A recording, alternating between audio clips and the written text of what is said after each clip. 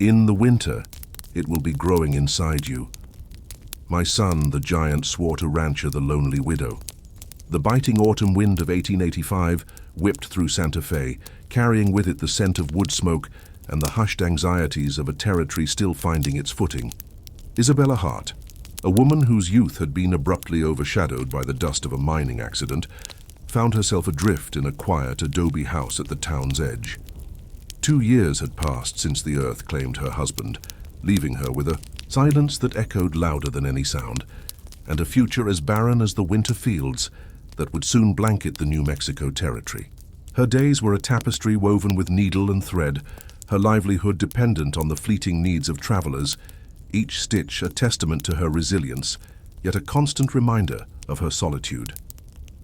It was into this fragile piece that Miguel Ortega arrived, a man whose presence was as undeniable as the vast Pecos Valley he commanded. He stood at her door, a titan against the pale sky, his shadow an imposing embrace.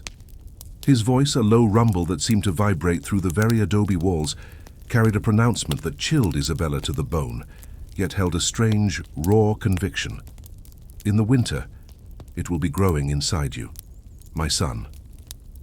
This was not, to her plea, nor a question, but a declaration, a promise etched in a future Isabella could barely comprehend. The sheer audacity of his statement, the unwavering certainty in his gaze, left her reeling. What would any woman do, facing such a pronouncement from a man she barely knew, a man who seemed to hold the very power of seasons within his grasp? The question itself hung in the air, heavy with unspoken implications, setting the stage for a narrative that would twist and turn through the harsh beauty of the West, exploring the desperate measures born of loneliness, ambition, and a promise that could either be salvation or a meticulously crafted cage.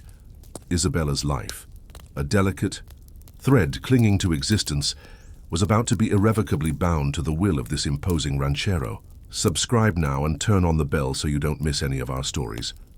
The proposal, when it finally solidified, was as stark and unyielding as the landscape Miguel Ortega claimed as his own. He stood before Isabella, not as a suitor seeking affection, but as a man negotiating a contract of the most primal kind. His offer was clear: marriage, a life of undeniable security, land to call her own, and sustenance for her days, all in exchange for a single, profound gift: a son to carry his name, to ensure his legacy in a land that valued lineage above all else. Isabella, a woman accustomed to the quiet dignity of self-reliance, recoiled from the sheer intensity of his proposition.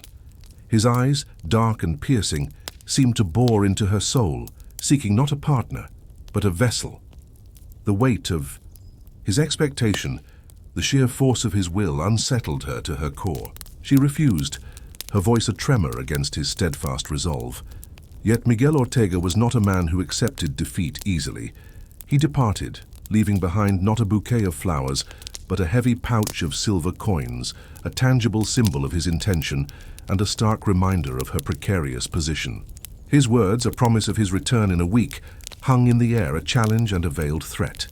News of Miguel's presence and his audacious proposal rippled through the town plaza, a wildfire of whispers and speculations.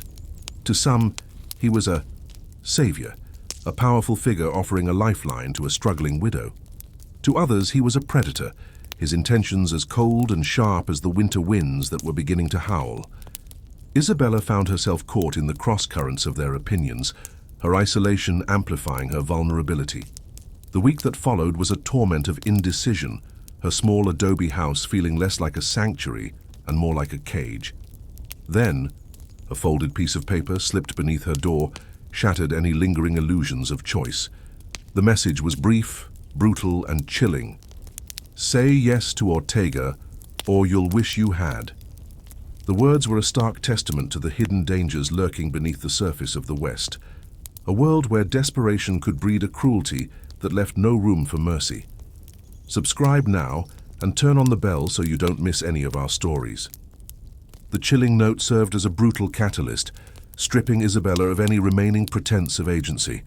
The stark reality of her situation, the gnawing hunger, the relentless cold seeping into her bones, the ever-present threat of Miguel's displeasure, pressed down upon her, leaving her with a choice between two bleak horizons. Fear, a cold and constant companion, finally tipped the scales. She accepted Miguel Ortega's proposal, a decision that felt less like a choice and more like a surrender. The journey to his ranch was a passage into a different world, a realm of immense scale and stark beauty. The Ortega spread was vast, a kingdom of rolling hills and endless pastures, where herds of cattle stretched to the horizon, a testament to Miguel's power and wealth. Yet, as Isabella stepped across the threshold of his sprawling ranch house, an unsettling emptiness permeated the air. The rooms were grand, furnished with an opulence that spoke of his success, but they were devoid of warmth, of personal touches. There were no photographs adorning the walls, no worn books on the shelves, no faded trinkets that hinted at a shared history, no tangible signs of a life lived or loved. It was a house built for purpose, for legacy, but it lacked the soul of a home. The wedding ceremony itself was a perfunctory affair, a legal binding rather than a celebration of union. On their wedding night, as the first tendrils of winter began to creep across the land, Miguel finally offered a glimpse into the chasm that drove his relentless pursuit. He spoke of his father, a man who had died without an heir, and of the solemn vow he had made to continue the bloodline, to ensure that the Ortega name would endure. His words, however, did little to assuage Isabella's growing unease. Miguel's behavior from that night forward became increasingly possessive, his control tightening like a vice. He forbade her from venturing beyond the ranch's boundaries, his concern for her well-being a thinly veiled assertion of ownership. He insisted she eat more, his gaze lingering on her with an unsettling intensity, as if scrutinizing her for signs of a life yet to manifest. He spoke of the son with an unnerving certainty, as if the child were already a tangible presence, a phantom heir existing solely in the fevered landscape of his ambition. This relentless focus, this obsession with a future he was determined to force into existence, began to unravel Isabella's carefully constructed composure. Driven by a gnawing suspicion and a desperate need to understand the true nature of Miguel's fixation, she began to explore the vast house, her footsteps echoing in the silent corridors. It was during one of these solitary explorations, her heart pounding with a mixture of dread and curiosity, that she discovered it. A room, locked tight, its secrets held captive behind a heavy wooden door. With trembling hands, she found a hidden key and pushed the door open, revealing a sight that froze the blood in her veins.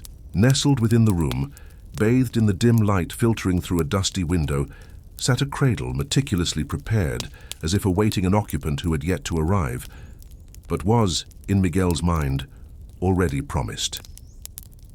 If you enjoy these tales, subscribe and join us for every new adventure.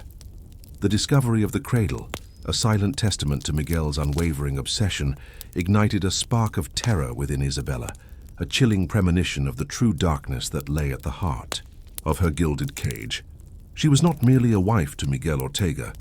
She was a pawn in a desperate game of lineage and land, a role she was beginning to suspect had been played out before, with far graver consequences.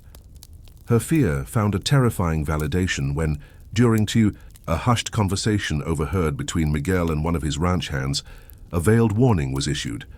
The last one didn't survive.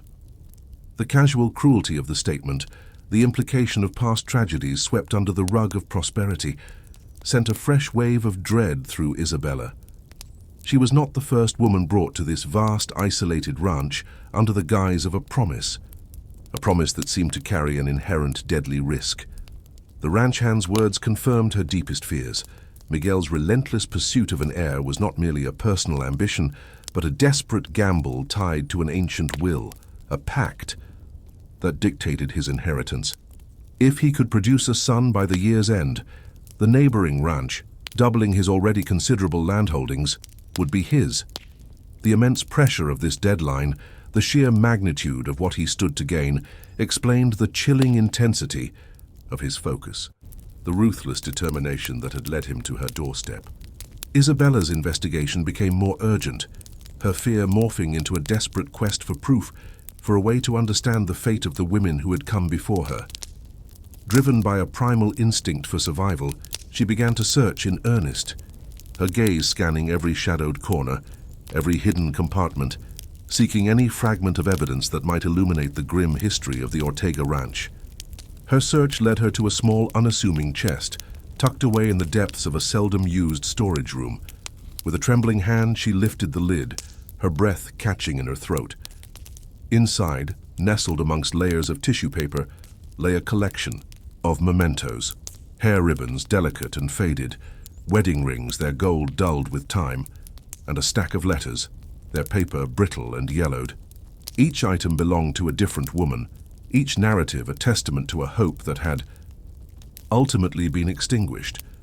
The letters, filled with initial excitement and growing apprehension, all shared a chillingly similar trajectory, ending abruptly, their stories left unfinished, their voices silenced, leaving Isabella with a profound and terrifying understanding of the true cost of Miguel's ambition. If you enjoy these tales, subscribe and join us for every new adventure. As the first hesitant snowflakes began to drift from the sky, a stark white blanket promising the harsh reality of winter, Miguel Ortega's pronouncements grew bolder, his confidence radiating an almost terrifying certainty. He gathered his ranch hands, his voice booming across the cold, crisp air, proclaiming to all who would listen that the heir is on the way. Yet Isabella knew, with a certainty that chilled her more than any winter wind, that she was not pregnant. The stark disconnect between his fervent declaration and her own body's reality struck her with the force of a physical blow. He was not merely hoping for a son. He was prepared to manufacture the outcome, to force the narrative, to seize the inheritance regardless of the cost to her life, to her very being. The realization that he intended to manipulate the situation, to perhaps even force a pregnancy, or fabricate one, solidified Isabella's resolve. She could not be another lost ribbon, another silenced letter in Miguel's sordid history. Her survival depended on her own courage, her own desperate gamble. Feigning a sudden, debilitating illness, a performance honed by years of quiet resilience, she dispatched a trusted ranch hand with a coded message, a desperate plea for help sent to the sheriff in Santa Fe. The message was a gamble, a fragile thread cast into the vast expanse of the territory, carrying her hope for rescue and her denunciation of Miguel's monstrous ambition. The night air crackled with an unspoken tension, the house holding its breath as Isabella lay in her room, her heart a frantic drum against her ribs. The storm was gathering, not just in the sky but within the walls of the ranch house. Miguel, his patience worn thin, his eyes burning with a feverish obsession, finally stormed into her room, his imposing figure a silhouette against the flickering lamplight. His intentions were clear, his predatory gaze fixed upon her, his hand reaching out to enforce his will. But just as he moved to assert his dominance, a flicker of light appeared outside her window, then another and another. The distant glow of lanterns grew rapidly, illuminating the stark landscape.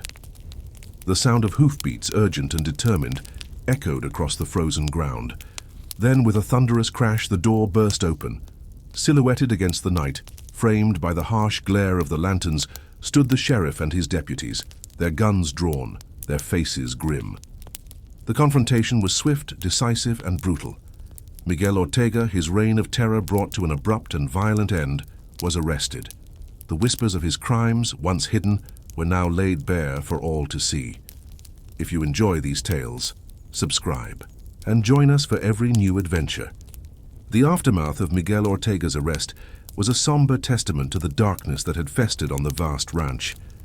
Justice, delivered with the stark efficiency of the Old West, saw Miguel eventually hanged for the multiple murders his ambition had wrought, his legacy one of terror rather than lineage. For Isabella, the ordeal left an indelible mark, a scar, etched onto her very soul. The vast ranch, once a symbol of her captivity, now represented a painful chapter she was eager to close. She sold the sprawling estate, the land that had witnessed so much sorrow, and turned her back on the Pecos Valley, seeking a new beginning in the burgeoning city of Albuquerque. There, amidst the promise of a different kind of life, she poured her strength and resilience into establishing a school for girls, a sanctuary of learning and empowerment. Within the quiet halls of her school, Surrounded by young, eager minds, Isabella found a measure of peace, a purpose that transcended her own harrowing experiences. She would often gather her students, her voice, now steady and clear, carrying the weight of her past yet imbued with a quiet strength. "A promise can be a prison," she would tell them, her gaze sweeping over their faces, "unless you break the lock yourself." It was a lesson learned in the crucible of fear and desperation, a truth forged in the heart of a winter that had nearly claimed her. Her courage, her unwavering determination to reclaim her life from the clutches of a dangerous man and his twisted promises served as a beacon, a testament to the enduring power of the human spirit to overcome even the most formidable darkness. Her story, a stark reminder of the hidden perils that lay beneath the surface of the frontier, was a narrative of survival, of resilience, and of the ultimate triumph of a woman who dared to break the chains that bound her. Support this channel by subscribing so we can bring you more incredible Old West stories. The weight of Isabella's harrowing experience at the Ortega Ranch settled upon her not as a burden, but as a catalyst for a profound redefinition of personal agency.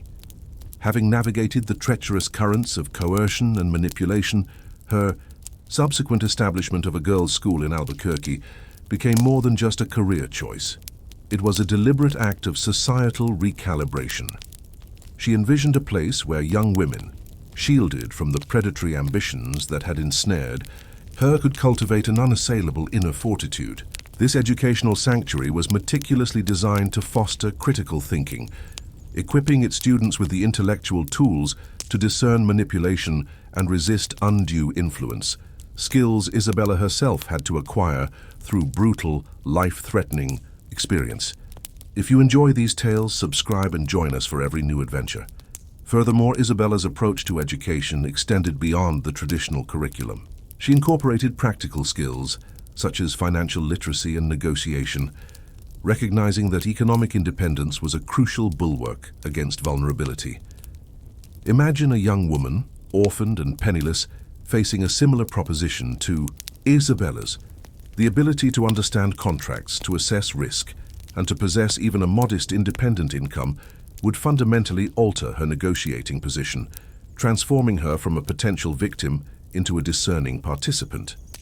Isabella's school aimed to instill this very self-sufficiency, ensuring that her students would not be beholden to the whims of others. Building on this foundation of practical empowerment, Isabella also fostered a strong sense of community and mutual support among her students. She understood that isolation amplified vulnerability, a lesson learned firsthand in the vast, empty halls of Miguel's ranch. Consequently, the school encouraged collaborative projects, peer mentorship, and open dialogue about personal challenges. This created a network of solidarity, a collective strength that could be drawn upon when facing adversity. For instance, a student experiencing familial pressure or an unwanted advance could find not only solace but also practical advice and unwavering support from her peers and teachers, creating a powerful antidote to the isolation Isabella had endured. Conversely, Isabella's personal journey imbued her teaching with a unique depth of empathy. She never merely lectured, she shared her lived understanding of fear, of the insidious nature of control, and the sheer grit required to reclaim one's narrative. This authenticity resonated deeply with the young women. When Isabella spoke of the deceptive allure of promises, of the quiet strength found in self-reliance, her words carried the undeniable resonance of someone who had walked through the fire and emerged not unscathed, but undeniably whole. If you enjoy these tales, subscribe and join us for every new adventure. Another crucial layer to Isabella's mission involved instilling a proactive approach to safety and self-preservation. She taught her students to recognize the subtle indicators of danger, the early warning signs that often precede overt threats. This wasn't about fostering paranoia, but about cultivating a heightened awareness, a sophisticated understanding of social dynamics and personal boundaries. Consider the subtle shift in a person's demeanor, the way a seemingly innocent request might carry an undercurrent of expectation or demand. Isabella trained her students to perceive these nuances, to trust their instincts, and to develop strategies for disengagement before a situation escalated. Support this channel by subscribing so we can bring you more incredible Old West stories. Consequently, the girls graduating from Isabella's school were not merely educated. They were equipped, resilient, and acutely aware of their own worth and autonomy. They carried with them the understanding that true security stemmed not from external validation or the promises of others, but from an unshakable belief in their own capabilities and the courage to assert their own boundaries. Isabella's legacy, therefore, was not just in the building she erected or the lessons she taught, but in the generation of women she empowered to navigate the world with an unyielding spirit of self-determination. Isabella's understanding of empowerment extended beyond mere self-defense, delving into the realm of strategic negotiation and economic independence. She recognized that for women in the West, financial solvency was not just a comfort, but a critical shield against exploitation. Therefore, her school's curriculum incorporated practical instruction in managing household finances, understanding basic accounting principles, and even identifying sound investment opportunities relevant to the era, such as acquiring livestock or learning marketable trades. Now consider how this applies when you face a situation where your livelihood is precarious. Possessing the knowledge to make informed financial decisions, to budget effectively, and to identify avenues for generating personal income rather than relying on the goodwill or control of others, fundamentally alters one's position. For instance, a young woman inheriting a small property might be persuaded to sell it cheaply by a persuasive suitor. However, if she has been taught to value that property based on its potential yield or resale market, she can negotiate from a position of informed strength, ensuring a fair exchange or retaining her asset altogether. This emphasis on financial acumen was designed to equip her students with the tangible means to assert their independence, transforming abstract notions of freedom into concrete realities. Support this channel by subscribing so we can bring you more incredible Old West stories. Furthermore, Isabella actively cultivated an environment that encouraged proactive risk assessment and the development of contingency plans. Her students were taught to anticipate potential challenges, whether personal or societal, and to brainstorm proactive solutions. This involved scenario-based learning, where hypothetical situations mirroring the dangers of the frontier were presented, and students were guided to devise strategies for navigating them safely and effectively. Imagine a scenario where a trusted associate suddenly exhibits a change in behavior, hinting at ulterior motives. Instead of being blindsided, a student trained by Isabella would already have considered such possibilities and might have established discreet communication channels or prearranged signals with a trusted confidant in town, allowing for a timely intervention or escape. This proactive mindset fostered a sense of control and preparedness, reducing the likelihood of being caught off guard by unforeseen circumstances or malicious intent. Moreover, Isabella's pedagogical approach emphasized the cultivation of robust social networks and the strategic leveraging of community resources. She understood that collective action and mutual support could provide a powerful counterweight to individual vulnerability. Her students were encouraged to build and maintain strong relationships with reliable individuals, both within and outside the school's immediate community. This involved learning the art of building trust, discerning genuine allies from potential manipulators, and understanding how to effectively seek assistance when necessary. Consider a situation where a student faces a legal or property dispute. By having cultivated relationships with individuals knowledgeable in law or land rights, or by being part of a community that collectively supports its members, she can access vital guidance and resources that would otherwise be inaccessible. This network acted as an extended support system, providing a safety net and amplifying individual resilience. If you enjoy these tales, subscribe and join us for every new adventure.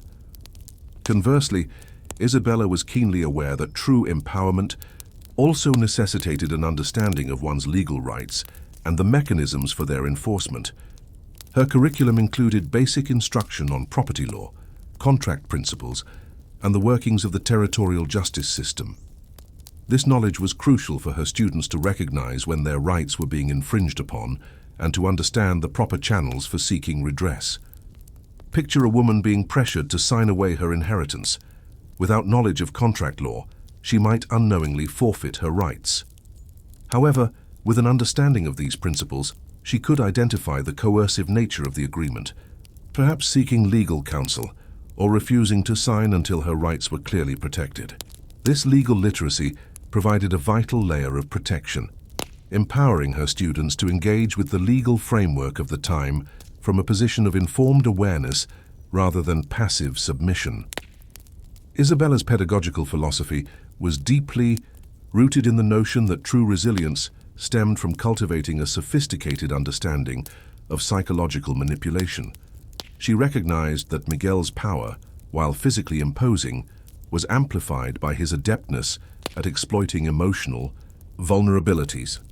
Therefore, her curriculum included modules on identifying and counteracting gaslighting, subtle forms of coercion, and the insidious erosion of self-worth. Now consider how this applies when someone attempts to subtly undermine your perception of reality, making you question your own judgment. Isabella's students learned to recognize such tactics by observing patterns in communication, the consistent denial of events, the twisting of facts to blame the victim, the feigned concern, masking malicious intent. For instance, if a student's belongings were misplaced, and a manipulative figure insisted the student herself was forgetful and disorganized, thereby sowing seeds of self-doubt, the student would be trained to cross-reference her own recollections with objective evidence or trusted accounts, thereby anchoring her reality against external distortion. This analytical approach fostered a mental fortitude that acted as an invisible shield against psychological assault, preserving the student's sense of self and agency. Building upon this, however, Isabella also emphasized the critical importance of assertiveness training, teaching her students to articulate their needs and boundaries with clarity and unwavering conviction. This wasn't about aggression, but about the confident, direct communication of personal limits. Consider a situation where a student is expected to undertake a task beyond her capacity or willingness. Rather than succumbing to pressure or offering vague excuses, she would be taught to deliver a firm, unambiguous refusal, perhaps stating, "I am unable to complete that task at this time," without needing to over-explain or apologize. This directness served to preempt further attempts at coercion, establishing a clear demarcation of personal autonomy. It was about establishing a non-negotiable boundary, reinforcing that her refusal was final and required no further justification, thereby preventing the erosion of her will through protracted negotiation or emotional appeals. Conversely, Isabella acknowledged that not all threats were psychological. Physical coercion remained a potent danger in the frontier environment. Thus, a significant portion of her training focused on practical self-defense techniques adapted from rudimentary judo and wrestling principles accessible to women of the era. This wasn't about turning her students into combatants, but about equipping them with the fundamental skills to create distance, escape holds, and, if necessary, inflict a brief, incapacitating pain to facilitate a getaway. Imagine a scenario where a student is physically cornered. She would be taught to utilize leverage and momentum, perhaps by stomping on an aggressor's foot with the reinforced heel of her boot, or using a sharp elbow strike to a vulnerable point like the ribs, all designed to create a critical window for escape, rather than engaging in a prolonged confrontation. This practical, grounded approach ensured that her students possessed tangible means of physical resistance, bolstering their confidence in their ability to protect themselves. Furthermore, Isabella's curriculum integrated lessons on situational awareness and risk mitigation, teaching her students to constantly assess their surroundings for potential threats. This involved developing an intuitive understanding of body language, recognizing signs of aggression or predatory intent, and learning to avoid high-risk environments or situations whenever possible. Now consider how this applies when navigating unfamiliar territory or interacting with strangers. A student would be trained to observe patterns of behavior, to note who is paying undue attention, and to identify potential escape routes in any given location. For example, when entering a saloon rather than immediately engaging in conversation, she would first discreetly scan the room, noting the disposition of patrons, the location of exits, and the presence of any individuals who seem out of place, or overtly threatening, thereby making informed decisions about her engagement and safety. This constant subtle vigilance acted as an early warning system, allowing her to preemptively avoid dangerous encounters. Isabella's commitment to her students' autonomy extended to cultivating an acute awareness of emotional boundaries and the subtle ways they could be violated. She recognized that a woman's personal space, both physical and psychological, was paramount and often the first frontier of control attempted by those with ill intent. Consequently, her lessons often involved interactive exercises where students practiced recognizing and articulating their discomfort when these boundaries were infringed upon, even in seemingly minor social interactions. Now, consider how this applies when you're in a situation where someone is being overly familiar or intrusive. Isabella's students learn to observe nonverbal cues, an unwelcome touch on the arm, an invasion of personal space during conversation, or persistent, unsolicited personal questions. They were then taught to respond not with aggression, but with a calm, firm redirection. For instance, if a stranger persistently asked about her marital status, a student might respond, "My personal life is not a topic for discussion," delivered with a steady gaze and a slight physical step back, clearly signaling a boundary without escalating the situation unnecessarily. This practice instilled a reflexive ability to protect their psychological space, a critical defense against those who,